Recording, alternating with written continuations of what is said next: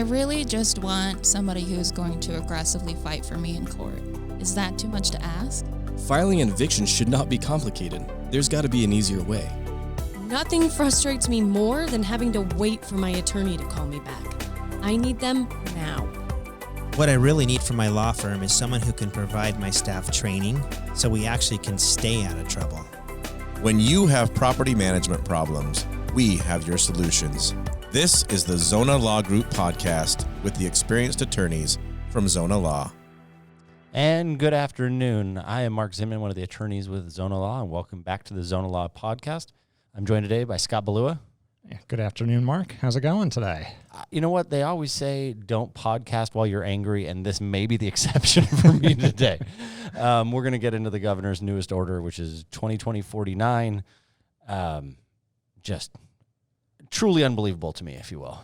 Same here. It's kind of surprising that this much of a leap has been taken by the governor's before we office, go, but you know, what is it? How about that? Why don't we start you generally explaining what it is, and then we'll go to the emotional response. The emotional response. Okay, you got it. So today, a couple hours ago, actually, the Executive Order 2020-49 came out. Essentially, what that means is the moratorium or the stay on the writs of restitution once an eviction judgment is obtained has been pushed out until the end of October, at least in terms of a property owner or landlord being able to get possession of their property back from a tenant that hasn't been paying. We now have a significant hurdle between now and that time. Yeah, so if everybody remembers back end of March, the governor came out with the original order basically saying landlords can file their evictions, they can file for their writs, but if the tenant shows information that they've been affected by COVID, whether financially or medically, of course, or if their children are out of school, then the writ won't issue. And that original order was supposed to expire next week on July 23rd.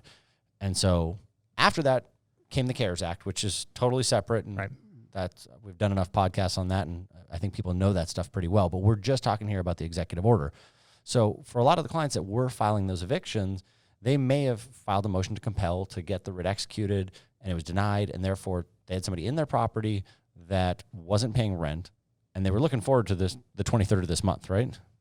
Right, and if you've had a period of time, 4, 5 months that have gone by where you haven't collected rent, and you're a small property owner or any property owner, now you have a period of time in which you may have difficulty paying your mortgage, or you may have difficulty paying the property taxes and other of the bills that accrue as a result of being a landlord.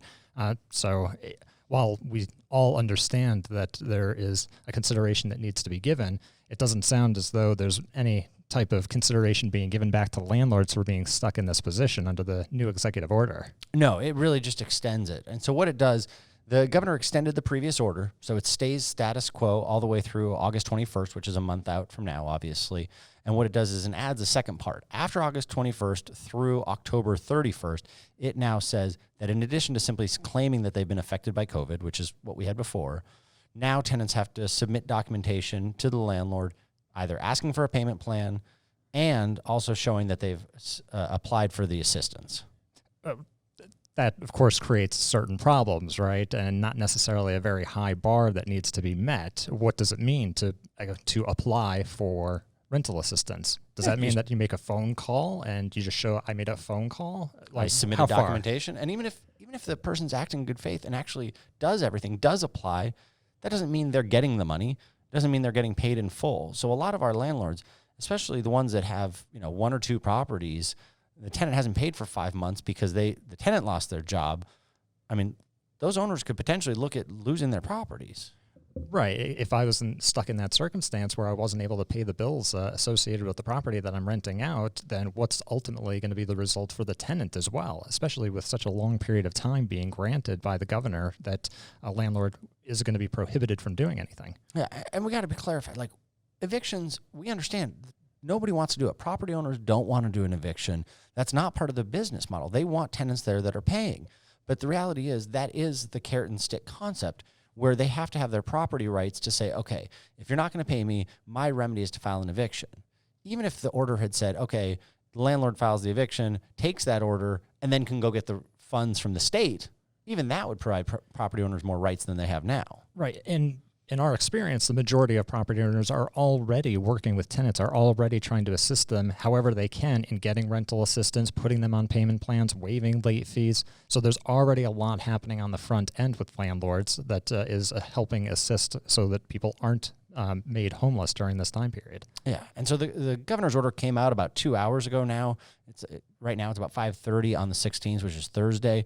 I can't tell you the number of emails from clients I've had already, which is just, please tell me this is wrong. Please tell me I'm not stuck for another 3 months. What can I do? Unfortunately, the answer is not much. You know, if already a motion to compel has been filed and denied, it's highly unlikely and extremely unlikely that you would be able to file a new one and get it granted.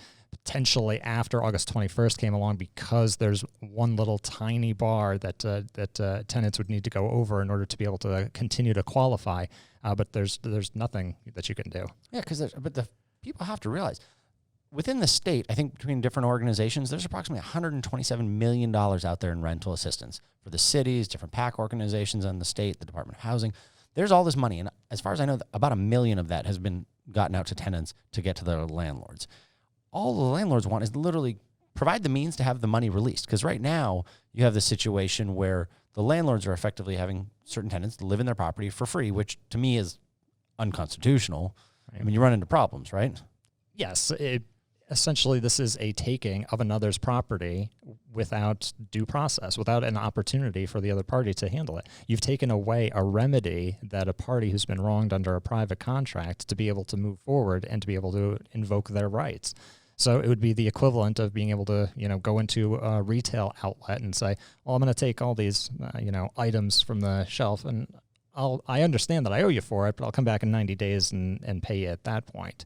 If it's okay in one circumstance, then what's to stop the governor from expanding it to a lot of other different areas? There's a lot of other industries that could be impacted by this decision, depending on how far down the road we get. Yeah, and we've seen there is actually a lawsuit against this executive order, against the original one, and I'm sure it's going to apply to this extension as well. A landlord filing saying exactly that. He's been denied his constitutional rights. It's a property rights issue. Again, it's not about filing the eviction. It's your rights as a property owner, as a landlord. We understand this. I never like the calls when I get from my clients, and they're like literally financially impacted significantly, and I feel bad. There's only so much we can do. So I know there's one lawsuit filed. There's hearings coming up on that next week. I know probably because of the extension, there's other lawsuits filed. If any clients want information on that, feel free to contact us about where those will go, because we're going to track those obviously very closely to see. But let's step back a second. We've obviously given the overview of what it is, but I want to jump into the specifics of what is required now for a tenant. So tenant doesn't pay the rent.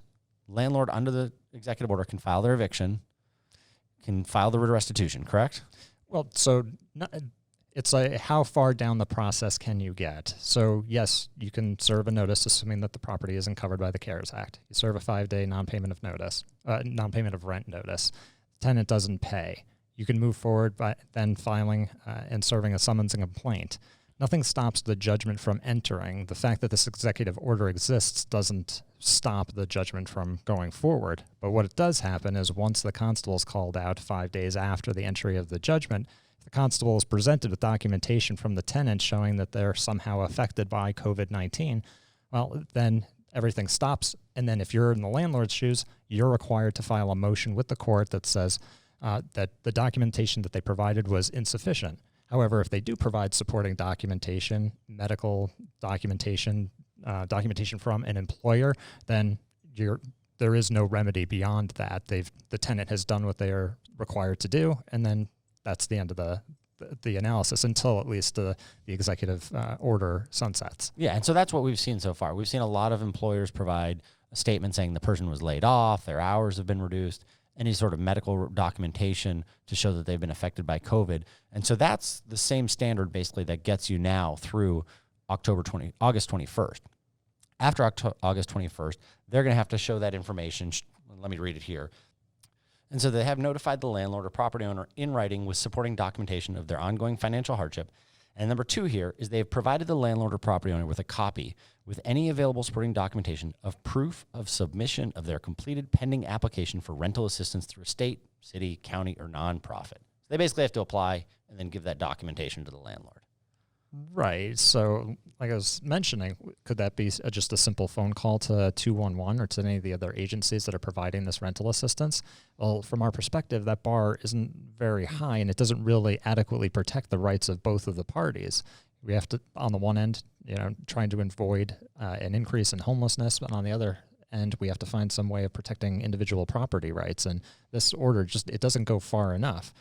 What are some of the suggestions you would make if you had the ability to add some additional levels to this order? Excellent question. So if we could modify this, except that it exists, and just change it, simple things is like if a landlord gets the judgment, like I said before, they should be able to take that and go directly to get the rental assistance, or require that if a tenant's going to get the protection, at least have them pay up half of the judgment so that there's a good faith showing.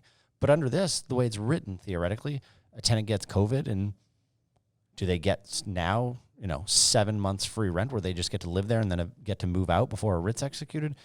To me, it's incredible. It wasn't thought out what the implications are. And I think this is one of those things that really will end up in a lawsuit, and it won't be determined until that lawsuit is resolved. And this isn't really speculation on our part. We have actual clients that are being directly affected by this, clients that have had 4 or 5 months of unpaid rent, now potentially another 3 months. I don't know what's going to happen with those landlords. No, and we do feel bad, and we will continue to update you here through the Zona Law podcast. The reality is for today, yes, the rumors you're hearing are true. The delay on the writ of restitution from the governor has been extended through October 31st. And we'll just keep updating you while we work through this. I know a lot of clients were really looking to the date of the 23rd, and then they were planning on getting their writs for people that haven't paid for 4 months. The only thing we can say is the same thing we've been saying. You need to work with your tenants now as much as possible. But to those people that are, I don't have comforting words. If you're looking at potentially losing your property or you're going to have to sell this, how do you address that? Right. The only thing we can encourage you to do is to keep staying tuned to the following podcast, because I'm sure we're going to have many more updates as issues with the C.A.R.E.S Act come out, and that as we start to address some of the issues and some of these lawsuits start actually moving forward. All right. So, again, we will touch base with you soon with the Zona Law podcast. And until then, thank you for joining us.